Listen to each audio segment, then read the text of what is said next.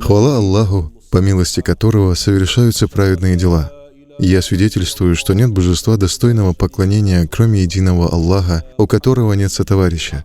И я также свидетельствую, что наш господин Мухаммад — его раб и посланник. Да благословит Всевышний Аллах и приветствует нашего господина и любимца Мухаммада, его семью, его сподвижников и всех тех, кто искренне последовал за ним, вплоть до судного дня. О рабы Аллаха, завещаю вам и прежде всего своей грешной душе бояться Аллаха. Бойтесь же Его и повинуйтесь Ему. Ведь поистине Аллах с теми, кто богобоязнен и кто творит добро. Дорогие мусульмане, как мы знаем, посланник Аллаха, да благословит его Аллах и приветствует, прожил в этой жизни 63 года. В 40-летнем возрасте ему было ниспослано пророчество. Из этих 63 лет, будучи посланником и пророком, он прожил 23 года. 13 лет в Мекке и 10 лет в Медине. После 12 неполных лет, проведенных в Мекке в качестве посланника, за год до переселения в Медину, Всевышний Аллах облагодетельствовал своего посланника, да благословит его Аллах и приветствует. Показал ему большие чудеса. Причина этому стало то, что мекканцы и другие жители близлежащих городов начали притеснения в адрес пророка, мир ему и благословение Аллаха, и его сподвижников. Люди не отвечали на его призыв, и уверовало лишь малое количество. Посланник Аллаха, да благословит его Аллах и приветствует, был очень подавлен, и грусть охватила его после смерти его первой супруги, матери правоверных Хадиджи. И в этот год, которого прозвали годом скорби, Аллах поддержал своего пророка, да благословит его Аллах и приветствует. Как передают имамы Аль-Бухари и Муслим в достоверном хадисе, когда он, да благословит его Аллах и приветствует, находился около Каабы, ангел Джибриль, мир ему, пришел и рассек ему грудь, и обмыл снова сердце водою из источника Замзам. После он принес золотой таз, наполненный мудростью и верой, и опустошил его в его грудь. Потом он закрыл ее.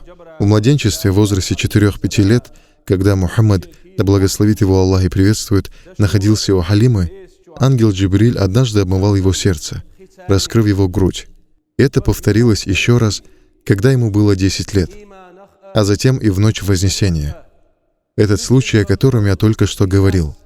Этим самым Всевышний подготовил его к Вознесению, потому что ему предстояло увидеть невероятные чудеса.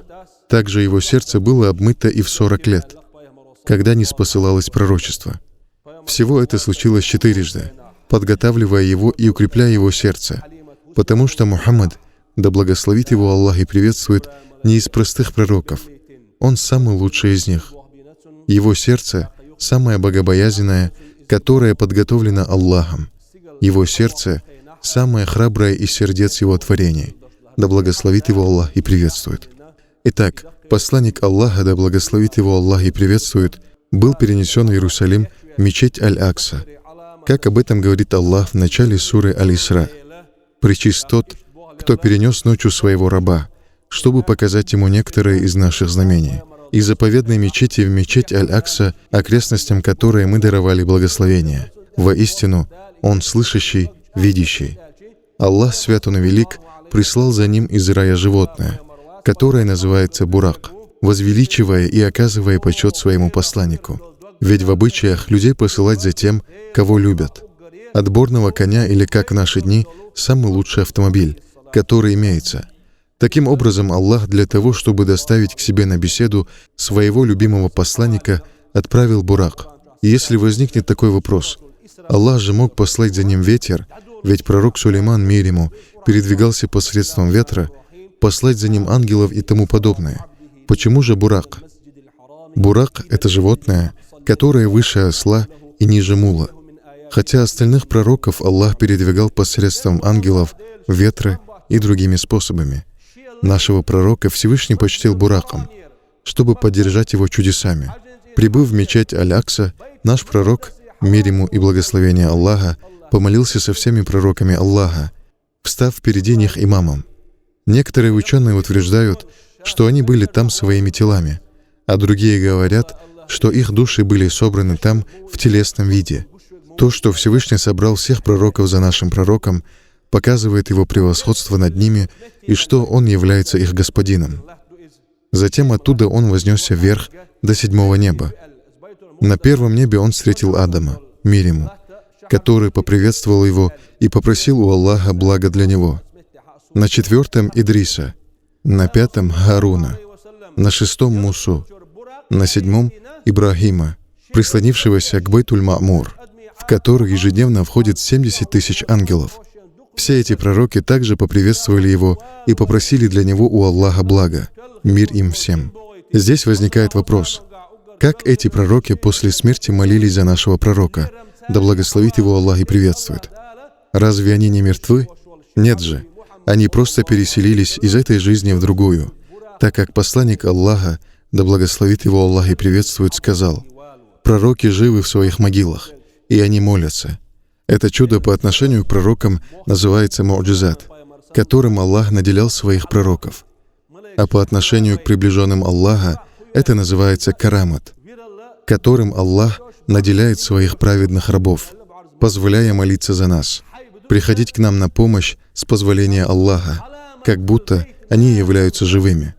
Потому что это чудо, связанное с душой. Ведь Аллах свят Он и велик, облагодетельствовал не только тела своих пророков, но и души. Также обстоит дело и с приближенными Аллаха. Их тела и души находятся в благоденствии. Души же не умирают как мусульман, так и неверных.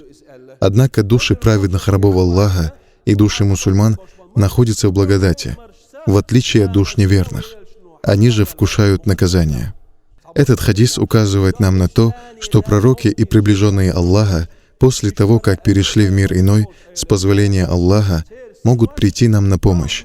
После этого Мухаммад, да благословит его Аллах и приветствует, достиг огромного творения Всевышнего Сидратуль-Мунтага, лотос крайнего предела, границу которого не пересекал ни один раб Аллаха. После этого ему было вменено в обязанность совершения молитв, а именно 50 молитв ежедневно.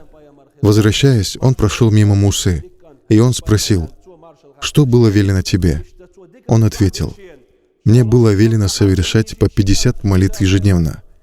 Муса сказал: «Члены твоей общины не смогут совершать по 50 молитв каждый день. Клянусь Аллахом, поистине, я уже испытывал людей до тебя и старался сделать с ними все, что мог, но напрасно. Возвращайся же к твоему Господу и проси Его об облегчении для твоей общины». Он вернулся, и Аллах уменьшил это количество на 10 молитв. И так продолжалось, пока они не были уменьшены до 5 молитв в день. Однако Аллах почтил общину Мухаммада, да благословит его Аллах и приветствует, дав за эти 5 молитв награду, как за 50. Единственный вид поклонения, который был вменен в обязанность пророку, мир ему и благословение Аллаха, без какого-либо посредничества, это намаз. Это показывает, насколько важно его совершение. Поэтому посланник Аллаха, да благословит его Аллах и приветствует, сказал: «Тот, чей намаз не препятствует ему совершать большие грехи, не получает ничего, кроме отдаленности от Аллаха». То есть его грехи отдаляют его от Всевышнего Аллаха. Возложение намаза таким образом на нас показывает нам, насколько мы должны уделять внимание этому виду поклонения. Здесь я хочу обратить ваше внимание еще на один момент. Мы говорим: Аллах вознес его к себе. Это вовсе не означает близость пространственную, что Он, свят Он и велик, якобы находится над 7 небесами и сидит на троне, как об этом говорят ваххабиты, которые превратно толкуют слова Всевышнего и которые внесли раскол среди мусульман. Это их ложное толкование. Ведь Всевышний Аллах не определяется местом, так как место является творением Аллаха. Аллах был без начала и будет без конца. И это место появилось только после сотворения его Аллахом, а Он, свят Он и велик, был неизменен, как до его сотворения, так и после. Над ним не властно время. Он не нуждается в каком-либо месте в пространстве. Однако мы нуждаемся в месте. Мы должны занимать какое-то пространство. А Всевышний Аллах не подобен ничему из Его творений, как об этом говорит Он в Коране. Смысл слов «Аллах вознес его к себе», Аллах оказал ему почет. Некоторые высказывают такие слова: «Даже если Аллах спустится с неба, я не сделаю это». Это очень опасные слова, чуть ли не выводящие из ислама. Аллах не таков, чтобы спускаться, подниматься и изменяться. Не подобает Ему это. Это мы меняемся со временем. Мы стареем и умираем. Законы времени властны над нами, так как время тоже является творением Аллаха. А над Аллахом не властно ничего. Нет ничего подобного Ему. Это и есть правильное единобожие. Он не подобен ничему, и нет ничего подобного Ему. Его качество никак не похоже на качество Его творений, и качество творений также не похоже на Его качество. Единый во всех своих делах, не имеющий ни начала, ни конца, у которого нет сотоварища, царь царей, владыка всего сущего. Это и есть наш Господь, Аллах, свят Он и велик. Братья, вознесение пророка, мир ему и благословение Аллаха, и возложение намаза на него произошло в 27-ю ночь этого месяца, месяце Раджаб, как об этом сказали многие ученые, в частности, имам ан-Навави. Будет хорошо, если будем проводить эту ночь в поклонении и молитвах, прося прощения грехов у Аллаха. Ведь весь мир сейчас находится в бедственном положении. Весь мир переживает пандемию коронавируса.